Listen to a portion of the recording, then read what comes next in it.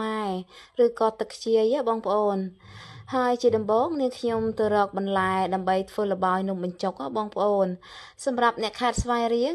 ល្បាយខ្លះមានបងប្អូនខេត្តផ្សេងអត់ស្គាល់ទេ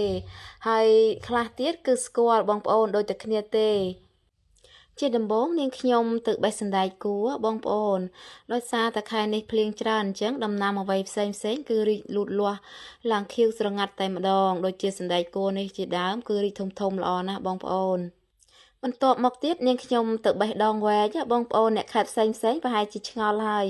ថាដងវែកហ្នឹងគឺជាបន្លែអ្វីចា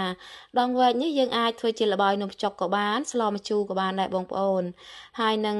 ត្រួយកន្ធុំថេតណាបងប្អូនគ្រប់គ្នាប្រហែលជាស្គាល់ហើយចាដាក់នំបញ្ចុកគឺឆ្ងាញ់ណាស់ត្រួយកន្ធុំថេតហើយផ្លែវាក៏អាចធ្វើជាល្បាយបានដែរផ្លែខ្ចីបងប្អូនអាចសាកមើលបានបន្ទាប់ពីបេះត្រួយកន្ធុំថេតបានហើយនាងខ្ញុំទៅបេះត្រសក់ម្ដងហើយត្រសក់នេះគឺរាងចុងតងហើយដែរបងប្អូន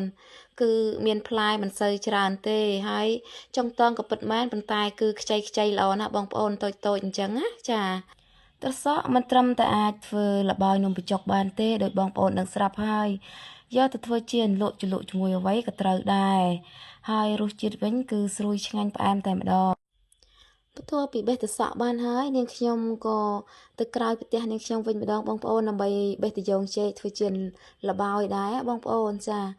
ហើយតាយ៉ងចេកនេះគឺដាំមិនសូវជាខ្វះទេនៅក្រោយផ្ទះនៅបន្ទាប់មកទៀតគឺបេះផ្លែកន្ធុំថេកខ្ចីបងប្អូនដើមមុនមិញមានតែត្រួយទេ